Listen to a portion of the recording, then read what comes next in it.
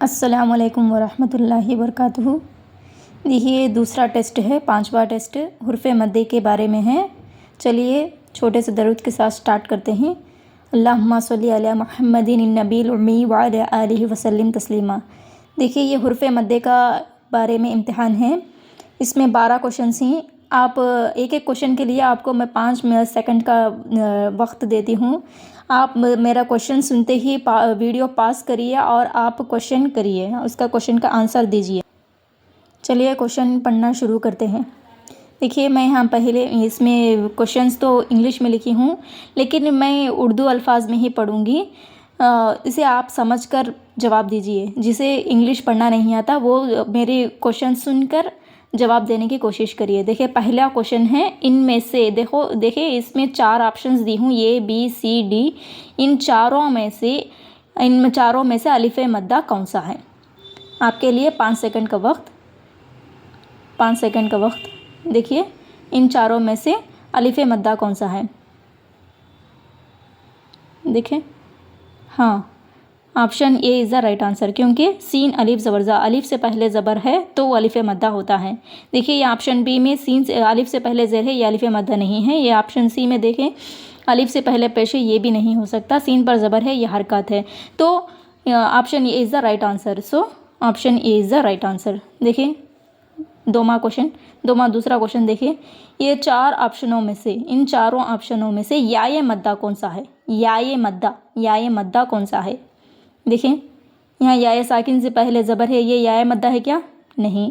याए साकिन से पहले ज़ेर है, याए साकिन से पहले ज़ेर है, याए साकिन से पहले ज़ेर है, तो क्या हो सकता है? बिल्कुल सही, ये याए मद्दा है। Option B is the right answer. Option B is the right answer. देखिए आप थर्ड क्वेश्चन, इन चारों में से वावे मद्दा कौन सा है? वावे मद्दा कौन सा है? वावे साकिन से पहले ज़बर है, क्या ये वावे मद्दा है? वावे साकिन से पहले ज़ेर है, ये वावे मद्दा है। वावे साकिन से पहले पेश है, क्या ये वावे मद्दा है? हाँ बिल्कुल सही, यही वावे मद्दा है। वावे साकिन से पहले पेश है तो क्या होता है? वावे मद्दा होता है। यहाँ देखो वाव के ऊपर पेश है तो ये क्या होता है?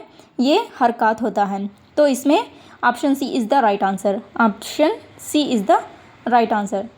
देखिए फोर्थ क्वेश्चन देखिए, अलिफ से पहले ज़बर, या साकिन से पहले ज़ेर, वावे साकिन से पहले पेश, इन तीनों को अलिफ से पहले ज़बर, या साकिन से पहले ज़ेर, वावे साकिन से पहले पेश, इन तीनों को क्या कहते हैं? ऑप्शन तो सुनिए।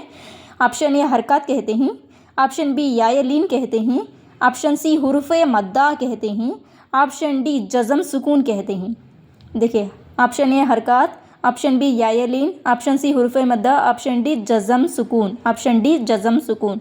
देखिए अलिफ से पहले ज़बर, याए साकिन से पहले ज़ेर, वावे साकिन से पहले पेश, इनको क्या कहते हैं? इन तीनों को क्या कहते हैं?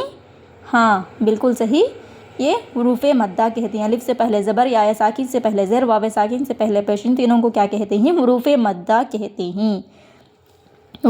कहते हैं। सो फोर्थ क्वेश्चन का option C is the right answer. देखिए फिफ्थ क्वेश्चन, इन चारों में से यहाँ मैं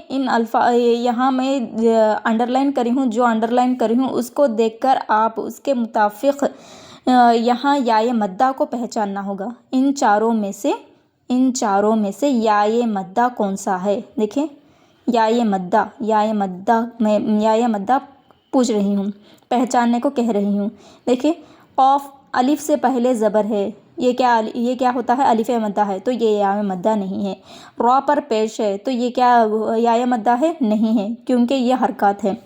देखिए यहाँ मीम ज़बर मा, क्या ये याए मद्दा है? नहीं, ये तो हरकत है।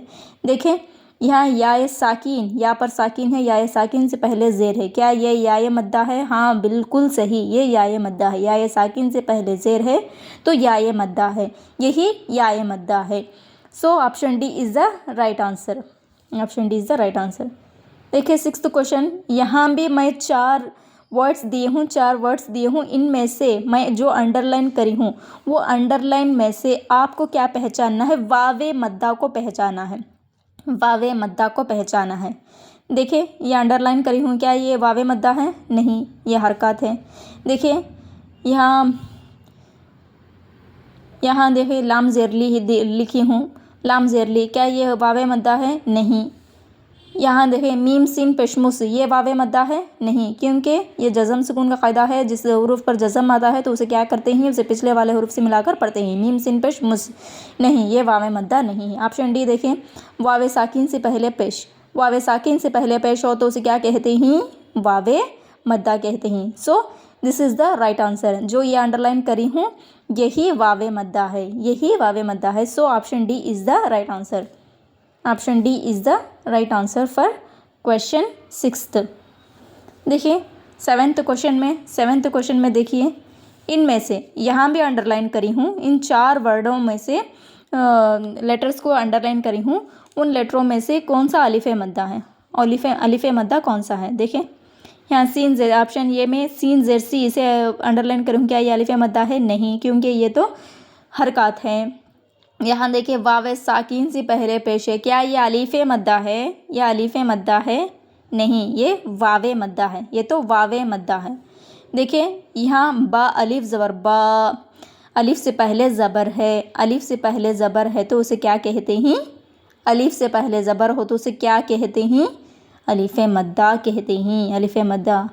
मैं भी कौन सा क्या पूछी हूँ? अलिफ़ मद्दा ही, अलिफ़ मद्दा कौन सा है पूछी हूँ ये क्वेश्चन में। तो option C is the right answer. यहाँ देखिए नून ज़बर ना, यह हरकत है तो ये अलिफ़ मद्दा नहीं है, अलिफ से पहले ज़बर है, ये अलिफ़ मद्दा है। Option C is the right answer for 7th question.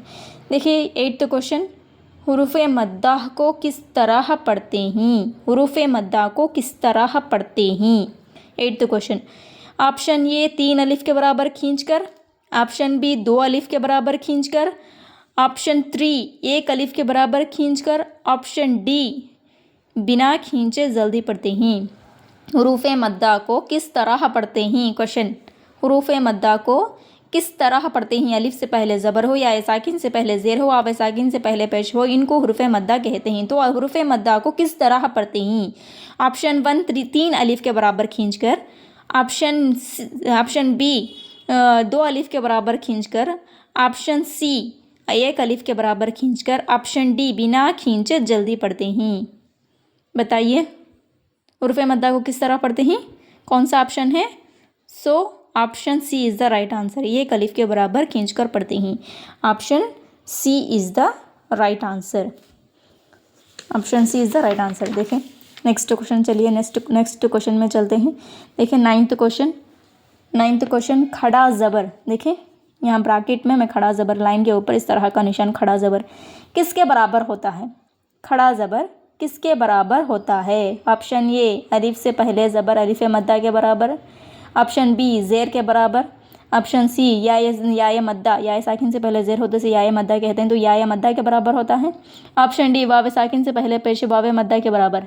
किसके बराबर होता है? खड़ा ज़बर किसके बराबर होता है? ऑप्शन ए अलिफ़ मद्दा के बराबर, ऑप्शन बी ज़ेर के बराबर, ऑप्शन सी या मद्दा के बराबर, ऑप्शन डी वावे मद्दा के बराबर। हाँ, option A is the right answer. खड़ा ज़बर अलिफ़ मद्दा के बराबर होता है, तो option A is the right answer. देखिए 10th क्वेश्चन, खड़ा ज़ेर किसके बराबर होता है? खड़ा ज़ेर, देखिए लाइन के नीचे इस तरह का निशान है तो ये खड़ा ज़ेर है ना, तो खड़ा ज़ेर किसके बराबर होता है? ऑप्शन ए ज़ेर के बराबर, ऑप्शन बी अलिफ़ मद्दा के बराबर, ऑप्शन सी वावे मद्दा के बराबर, ऑप्शन डी या मद्दा के बराबर, या मद्दा के बराबर। खड़ा ज़ेर किसके बराबर होता है? खड़ा ज़ेर किसके बराबर होता है? Yes, option D is the right answer.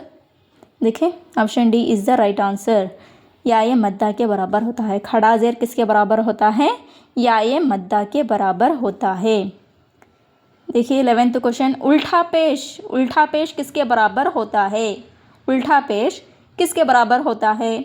Option A पेश के बराबर, ऑप्शन बी अलिफ़ मद्दा के बराबर, ऑप्शन सी या मद्दा के बराबर, ऑप्शन डी वावे मद्दा के बराबर।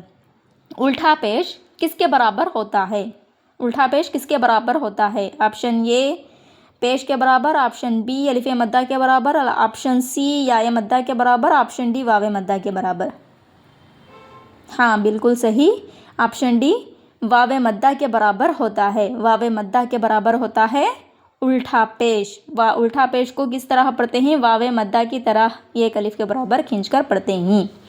देखिए 12th क्वेश्चन, खड़ा ज़बर, खड़ा ज़ेर, उल्टा पेश, इन तीनों को किस तरह पढ़ते हैं।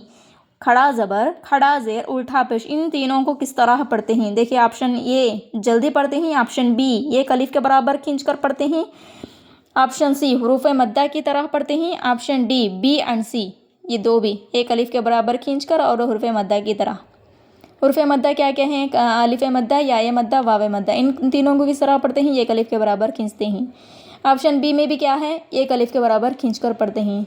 तो ऑप्शन क्या हुआ, option D is the right answer, क्योंकि ऑप्शन बी भी सही है, ऑप्शन सी भी सही है। तो ऑप्शन बी डी में क्या दी हूँ मैं, ऑप्शन बी भी दी हूँ, ऑप्शन सी भी दी हूँ, तो option D is the right answer. B and both B and C are the right answer. एक अलिफ के बराबर खींचकर पढ़ते हैं, वो हुरूफ मद्दा की तरह होते हैं। तो option D is the right answer. 12th question का आंसर ऑप्शन डी है। तो आप मेरे वीडियो को लाइक करते हैं तो ज़रा शेयर करिए, सब्सक्राइब करिए। अगर मेरे क्वेश्चन पेपर तैयार करने में आपको कुछ तकलीफ़ है तो मुझे माफ़ करिए। आप कमेंट करिए कि कैसा है मेरा क्वेश्चन पेपर। थोड़ा टफ़ है तो मैं इंशाल्लाह आगे के क्वेश्चन पेपर्स को आसान कर दूंगी। अगर आसान तरीक़ा है तो मॉडरेट में तैयार कर लूँगी। तो आप मुझे सही से कमेंट करिए और मेरा वीडियो कैसा लगता है ये भी आप कमेंट करिए। मेरे समझाने में कोई गलती रही है तो मुझे माफ़ करिए। मेरा मकसद है कि कायदों को आप अच्छे से याद करना है और उसके मुताबिक कुरान भी सही तरीक़े से पढ़ना है, यही मेरा मकसद है। तो यहाँ पर मैं इस वीडियो को ख़त्म करती हूँ। अस्सलाम वालेकुम वरहमतुल्लाहि वबरकातुहू।